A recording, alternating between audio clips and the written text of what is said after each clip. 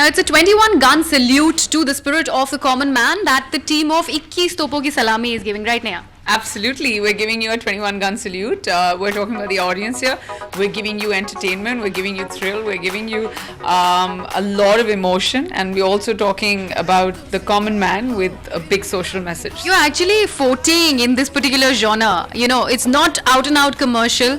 It's not exactly art house. I feel very comfortable when I'm surrounded by actors. I feel very uncomfortable when I'm surrounded by stars. Maybe that's one of the things. And the only other thing is that when you're in a big project, you have a lot more to lose. Whereas smaller films, we have lesser to lose. We have a lot at stake because, you know, people will stop believing in us. 10 years from now or 20 years from now, when you're dead and gone, nobody's going to remember how much your box office collection was. Everybody's going to remember, okay, this was the film that she was in or he was in. Aditi and Duvendu are the two best things in the film. So you have to watch out for them. There you have it from one senior actor.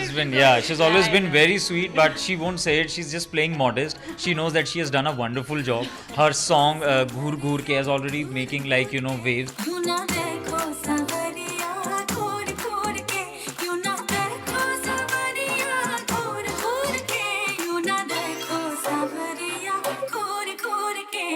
It's a mixed bag with the industry, with the way they react, at least to me.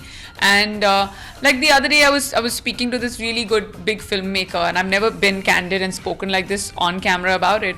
And I was just like, hey, why don't we work on something together? And he's like, no, I make really big projects, and you make really small films. So we are extremely parallel. We'll never be able to work together. So you know, it's very credible.